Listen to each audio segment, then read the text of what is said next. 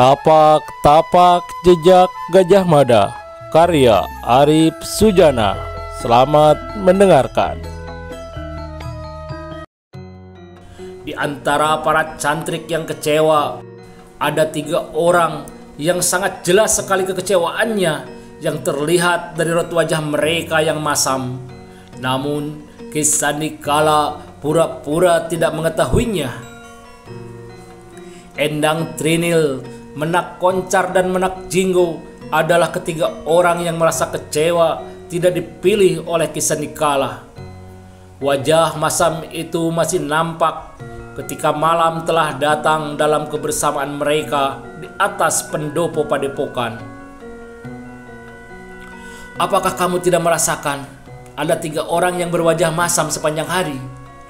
Berkata Kisandikala penuh senyum kepada Putut Prastawa yang ikut hadir di atas pendopo malam itu di antara Menak Jinggo, Menak Koncar dan Endang Trinil. Putut Prastawa yang tahu kemana arah pembicaraan Kisandikala ikut memanaskan suasana dengan perkataannya. Hamba telah berbuat jujur, tidak pilih kasih. 100 orang cantrik yang terpilih adalah para cantrik terbaik di padepokan ini. Bagaimana bila ketiga orang itu mengajak kamu beradu tanding? Apakah kamu bersedia? Berkata Kisandikala tanpa melihat ke arah Menak Koncar, Menak Jinggo dan Endang Trinil yang masih bertanya-tanya kemana arah pembicaraan Kisandikala. Siapa takut dikeroyok 3 orang sekaligus? Berkata Putut Prastawa yang tahu maksud dari Kisandikala.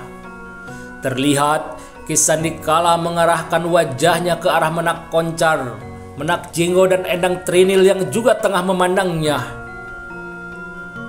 Kalian dengar sendiri, pamanmu bersedia dikeroyok oleh kalian bertiga.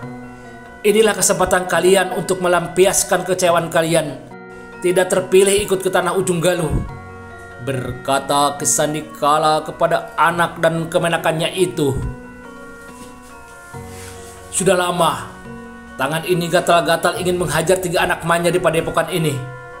Berkata Putut Prastawa penuh senyum sambil berdiri langsung turun ke halaman. Aku juga tidak sabaran untuk menghajar pamanku yang pernah menghilang sekian lama. Berkata Menak Koncar mewakili saudaranya ikut bangkit berdiri mengikuti langkah pamannya ke halaman padepokan. Menak Jinggo dan Endang Trinil diikuti Kisandikala beriringan turun ke halaman padepokan di mana Putut Prastawa sudah tegak berdiri seperti seorang jawara menunggu lawan-lawannya. Tanpa perintah apapun, Menak Koncar, Menak Jinggo dan Endang Trinil sudah menempatkan dirinya mengepung Putut Prastawa. Anak manis, lihat seranganku.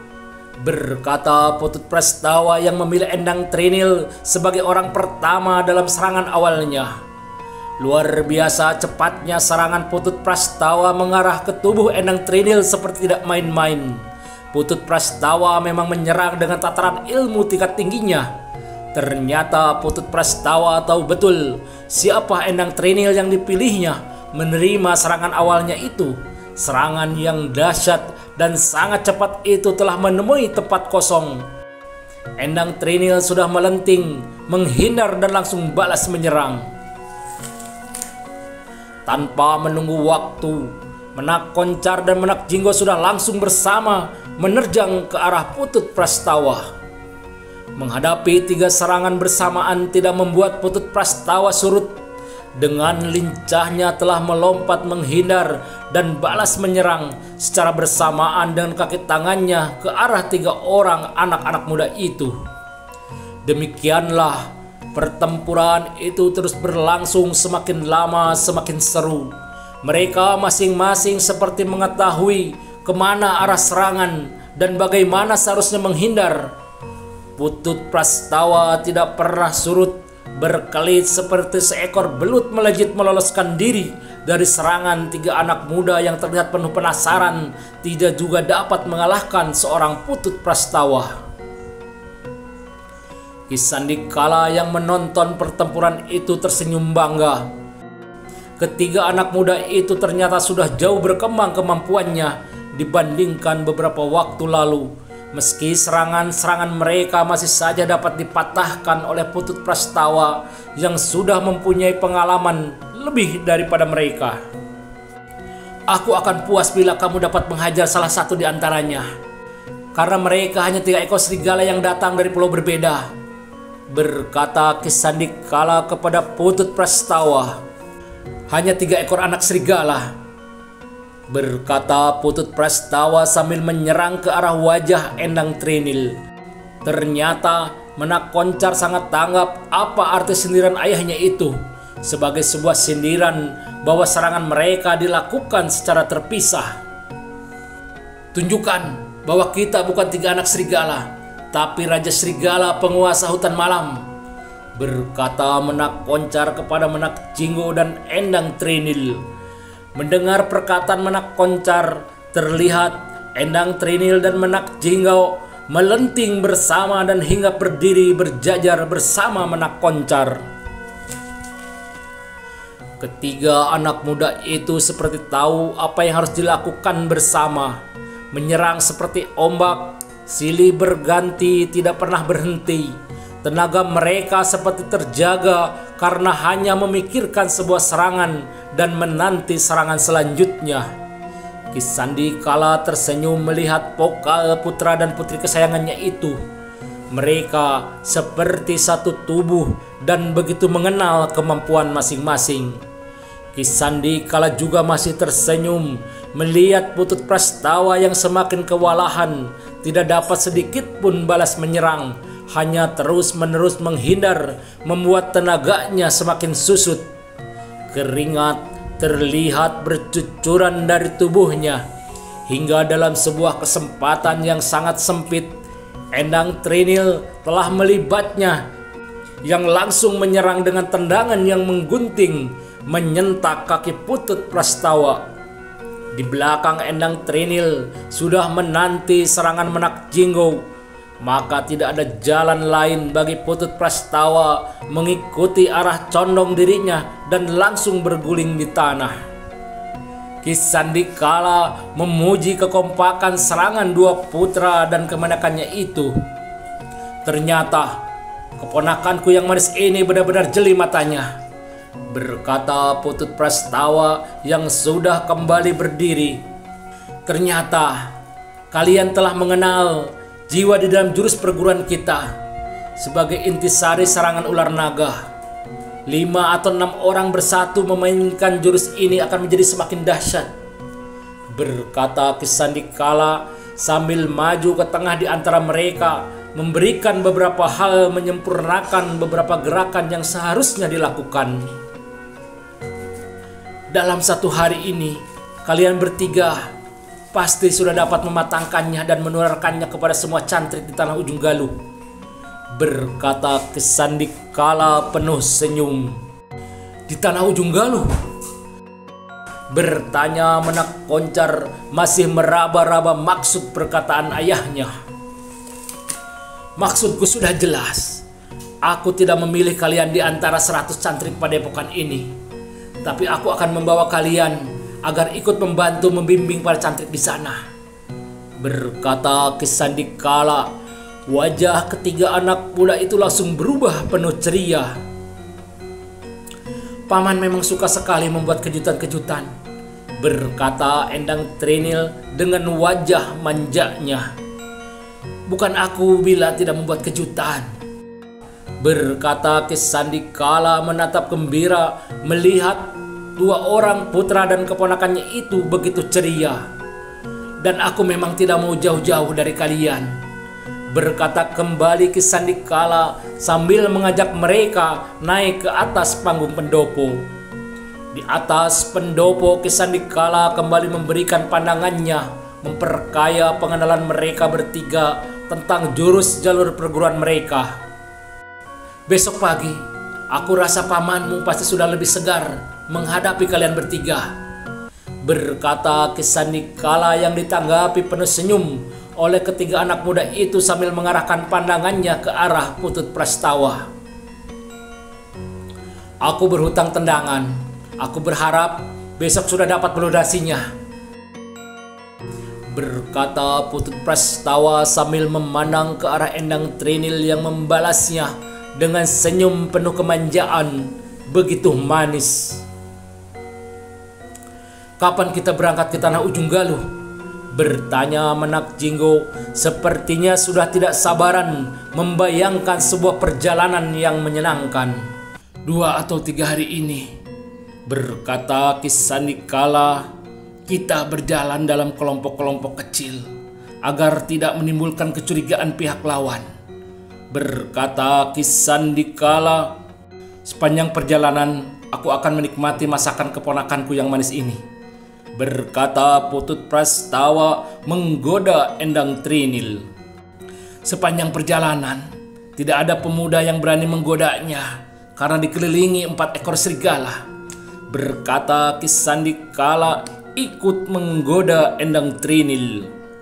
2 serigala tua, 2 lagi serigala muda, dan aku putri bulannya yang diasuh oleh keluarga serigala, berkata Endang Trinil dengan senyumnya yang manja seperti putri bulan sebenarnya, yang memang begitu menyegarkan siapapun yang melihat senyum itu.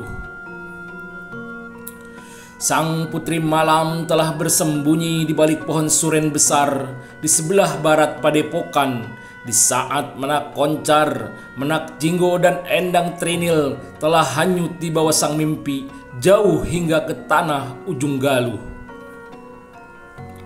Sementara itu di tanah Ujung Galuh seperti tidak pernah tertidur, perahu-perahu besar dari berbagai nagari datang dan pergi membongkar barang dagangannya.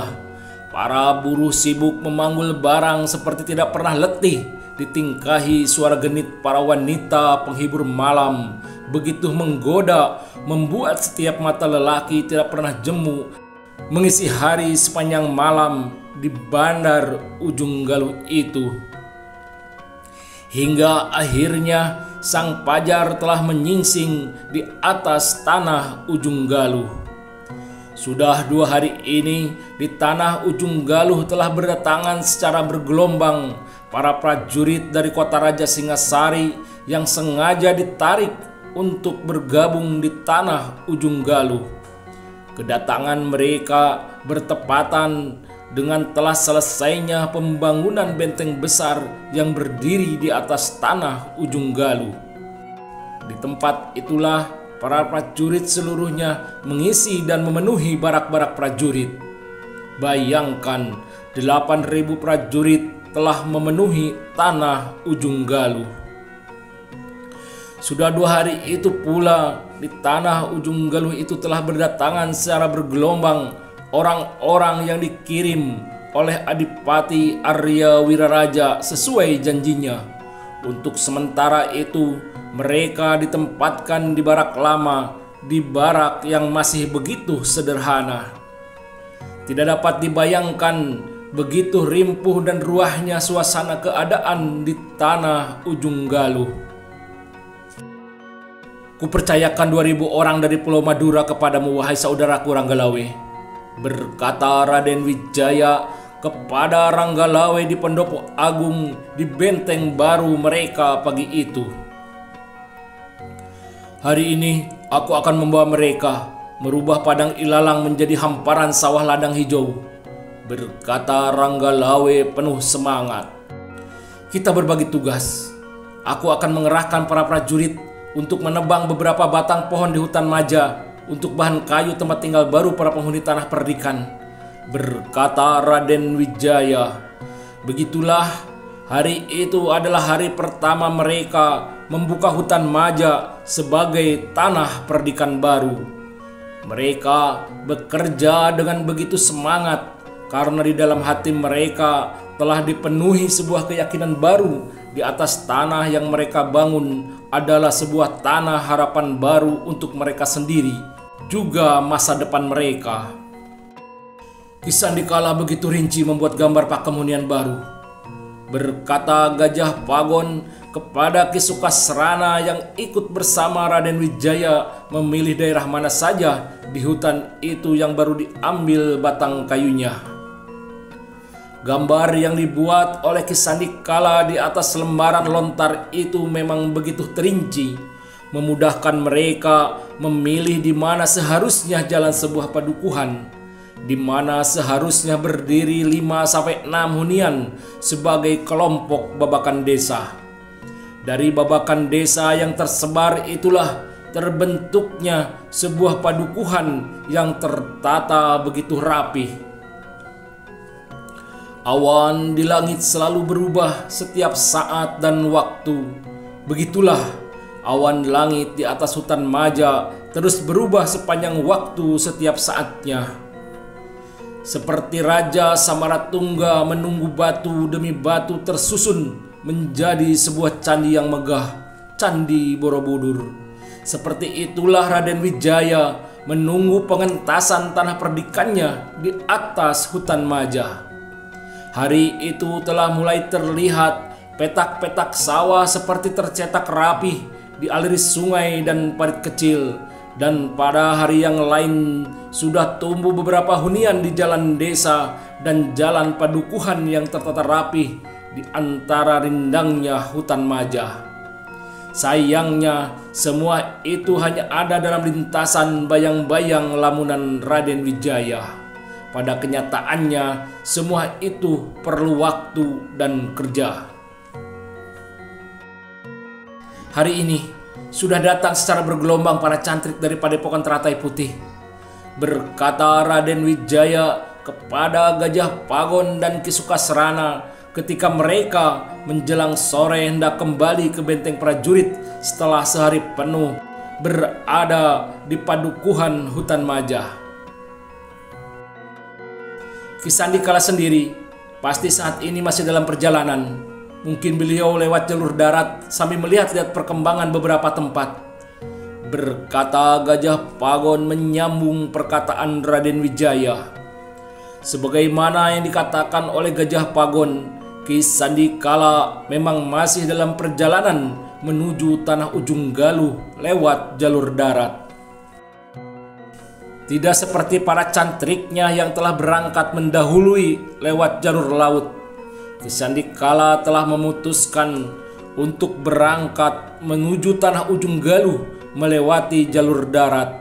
Hal ini dilakukan guna melihat lebih dekat perkembangan setiap daerah setelah pecahnya kekuatan Singasari.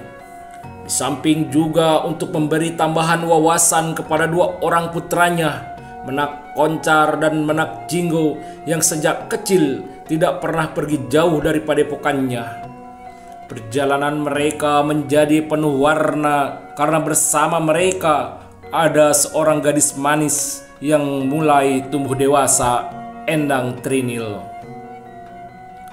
Sore itu mereka telah memasuki sebuah padukuhan yang berbatasan dengan hutan Ranuregolo. Sebuah hutan hitam lebat yang sangat luas berada di sebuah lembah di antara Gunung Bromo dan Gunung Semeru. Jarang sekali orang yang berani melewati hutan itu bila tidak ada kepentingan yang sangat mendesak. Ada sebagian orang mengatakan bahwa di hutan Ranuregolo sangat angker karena tempat hunian para lelembut. Hutan Ranuregolo juga ditakuti karena dipenuhi begitu banyak binatang buas, serigala, dan kawanan anjing hutan di malam hari. Dan di siang harinya banyak sekali harimau yang berkeliaran mencari mangsa. Namun di antara keangkeran serta binatang buas di hutan Ranuregolo, ada satu hal lagi yang membuat setiap orang mengurungkan niatnya melewati hutan itu dan memilih mencari jalan lain meski harus memutar lebih jauh. Semua orang pasti membenarkan bila dikatakan bahwa hutan Ranuregolo juga sebagai sebuah sarang penyamun. Tapi apapun bahayanya, Ki Sandikala bersama keluarga kecilnya akan melewati hutan itu. Suasana di jalan Padukuhan itu masih terang tanah. Bulat matahari kuning masih bergantung di barat lengkung langit. Ada sebuah rumah singgah di ujung Padukuhan ini. Kita bisa bermalam di sana, berkata Ki Sandikala yang sepertinya sudah mengenal Padukuhan itu. Namun langkah kaki mereka seperti tertahan karena di belakang mereka terdengar suara langkah kaki kuda berlari melewati mereka dan meninggalkan debu yang mengepul. Mereka melihat sepintas 2 orang penunggang kuda telah melewati mereka dan semakin menjauh meninggalkan mereka. Hampir semua mempunyai kesan yang sama terhadap kedua penunggang kuda itu. Mereka melihat kedua penunggang kuda itu pastinya 2 orang asing yang terlihat dengan pakaian yang dikenakannya. Juga 2 buah pedang panjang yang melintang di punggung kedua orang itu sangat bagus, berkilat warna perak yang tidak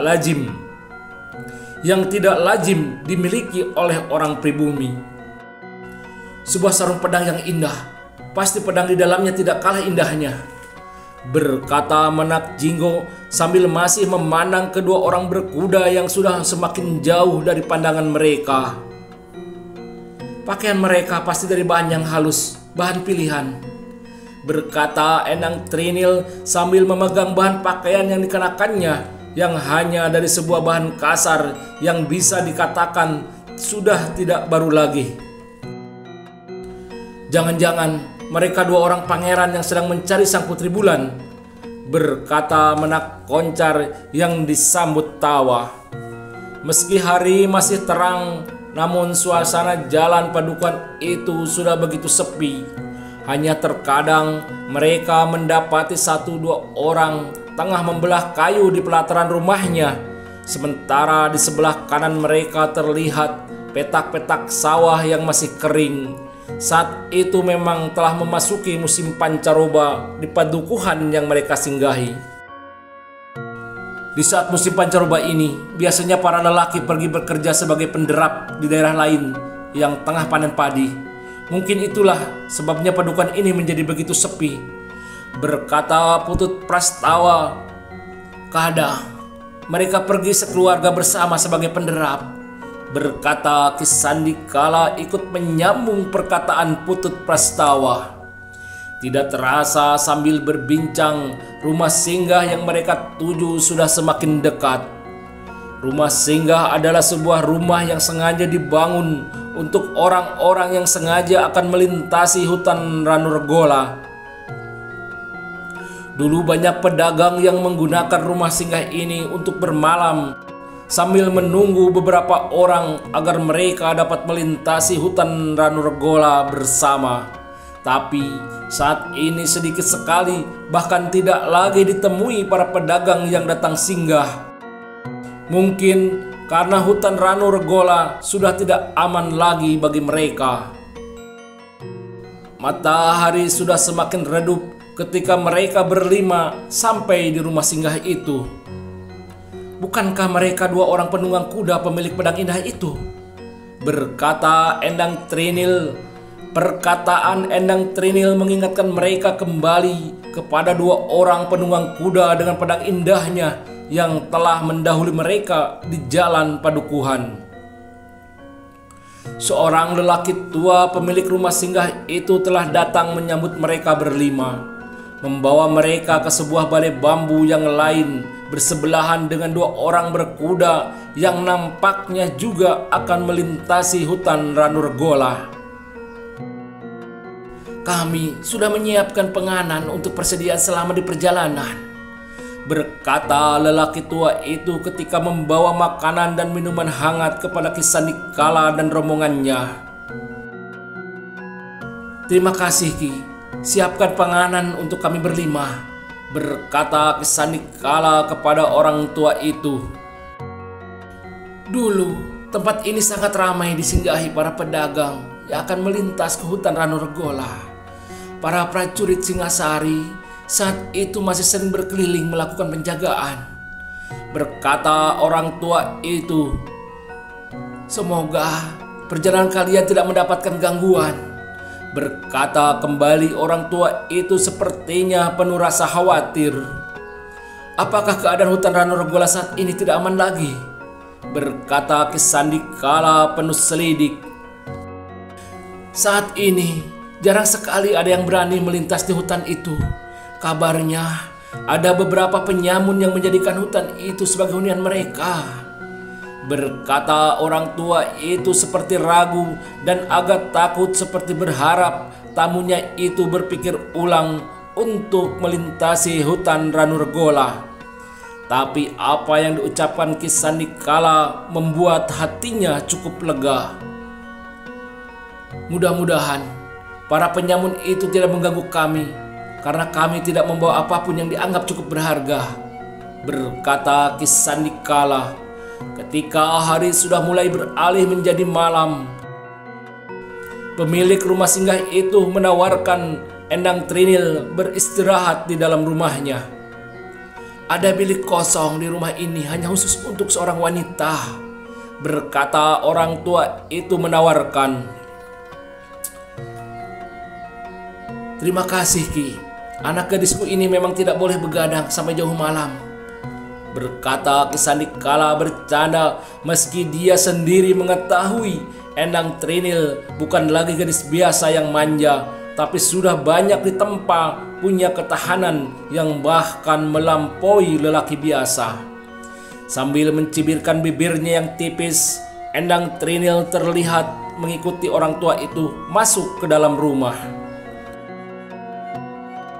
Sementara itu, dua orang asing yang duduk berseberangan di balik bambu yang lain masih belum juga bertegur sapa. Sepertinya tidak memperdulikan kehadiran Ki Sandikala dan rombongannya. Mungkin mereka beranggapan Ki Sandikala dan rombongannya sebagai seorang pribumi biasa, atau memang mereka merasa tidak perlu berbagi apapun layaknya orang asing yang ingin bertanya begitu banyak hal yang ingin diketahui, atau mereka mungkin begitu banyak menyimpan rahasia. Ketika malam sudah semakin larut, dua buah balai bambu yang hanya berjarak 2 langkah kaki itu masih juga seperti 2 buah pulau yang terpisah. Salah seorang dari lelaki asing itu terlihat sudah tertidur pulas, sementara temannya masih tetap duduk bersila seperti tengah melatih pernapasan. Diam-diam, Menak Koncar yang mendapat giliran berjaga di malam itu sempat melirik orang asing yang tengah duduk bersila itu. Menak Koncar dapat mengukur usia orang itu masih sekitar 40-an. Sebuah cambang yang lebat membuat orang itu terlihat sangat tampan. Wajah seorang lelaki sejati. Menak Koncar juga sempat melihat wajah orang asing yang sudah tertidur pulas. Kulitnya lebih pucat lagi daripada temannya. Diam-diam Menak Koncar juga dapat membedakan kedua orang itu, bahwa kelopak mata orang yang masih duduk itu meruncing sipit. Sebuah ciri jenis kelopak mata yang baru kali ini dilihatnya. Ada memang sedikit keinginan Menak Koncar untuk pindah ke balai bambu di sebelahnya, hanya untuk sekadar menyapa, bertanya ini itu, tapi keinginan itu ditundanya melihat orang yang tengah duduk bersila itu nampaknya memang sedang menikmati kesendiriannya.